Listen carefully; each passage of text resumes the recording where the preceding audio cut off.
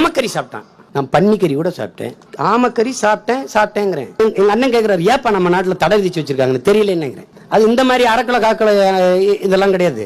இறங்கினோம்னா முதல்ல ஒரு வடக்கலை தீவுல கொண்டு இறக்கி விட்டாங்க என் தம்பிங்க.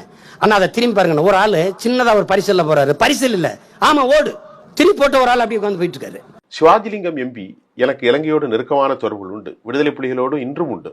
சிவாஜிலிங்கம் எம்பியோடு நான் சாப்பிட்டு கொண்டிருக்கும் போது என்கிட்ட சொல்றாரு, இலங்கையில ஒரு முறை இந்தியாவுக்கு வந்திருந்த போது, சீமான் யாருன்னு எங்களுக்கு தெரியாது, பல சினிமாக்காரர்கள் வருவார்கள், அப்போ ஒரு பொய்ய வடிகட்டின ஜமக்காலத்தில் பொய்ய சொல்றிய, உயிருக்கு போராடி கொண்டிருக்கிற ஒரு தமிழ் தேசிய தலைவன் தன் உயிரை பற்றி பேசுவானா, சீமானுக்கு ஆமகறி வாங்கி கொடுப்பானா, பொண்டாட்டி மதவதனை வச்சுக்கிட்டு டைனிங் டேபிள்ல சாப்பிட்டுட்டு இருந்தா பிரபாகரன்.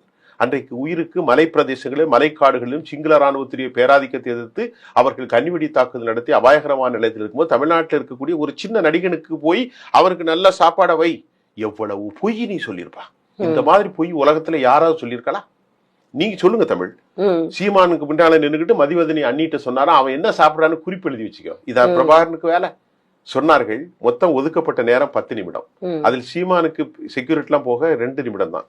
அப்படி கிட்டத்துல வந்து நின்று அப்படி போயிட்டார், அவ்வளவுதான். இதை வைத்து ஒரு அரசியல் செய்ய, நானே ஒரு பரதேசி பையன், நானே ஒரு வெங்கம் பையன், என்னை நம்பி என்னை மாதிரி கேடுகட்ட மானங்கட்டவனும் கிடையாது.